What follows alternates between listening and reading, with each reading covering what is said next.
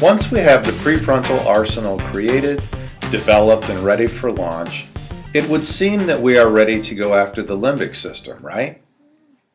But actually we have a third problem: the speed and the strength of the limbic arsenal. Because the prefrontal system lacks speed and strength, we have to do some heavy-duty workouts to beef up the prefrontal system. This is where the real work of cognitive behavioral strategy begins. Even with the best neutralizing thoughts in the arsenal, the task of overpowering the limbic system is far from complete. Prefrontal thoughts now have to be subjected to a rigorous training program to build signal strength, to build consistency and tenacity.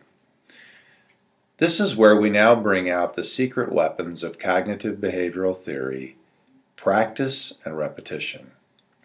As strong and as fast as the limbic system is, it can be brought down by a well-conditioned, relentless prefrontal system that employs a rigorous conditioning program to ultimately gain the upper hand.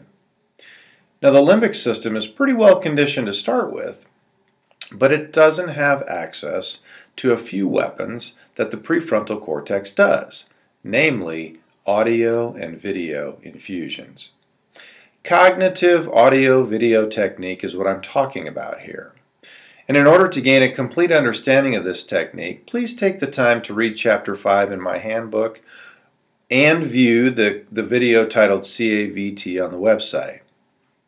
CAVT is a process that uses the audio and visual lobes of the prefrontal cortex to step up the signal strength of the prefrontal thoughts exponentially. By making use of audio and visual sensory input, we can condition these prefrontal thoughts much faster and more efficiently. Using the scientific principles of neuroplasticity, we are literally building gigantic antonym thoughts much faster per stroke than the limbic system can possibly grow them.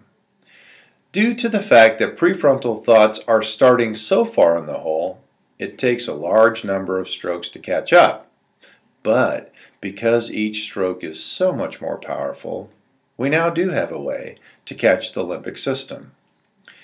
The limbic thoughts may launch more quickly, but the massive prefrontal thoughts make up for speed with their size and ultimately take the limbic system to its knees, reducing the thoughts to a low whimper, quite incapable of stopping the now stronger desire to get on the treadmill, pump some iron, and feel fantastic afterwards.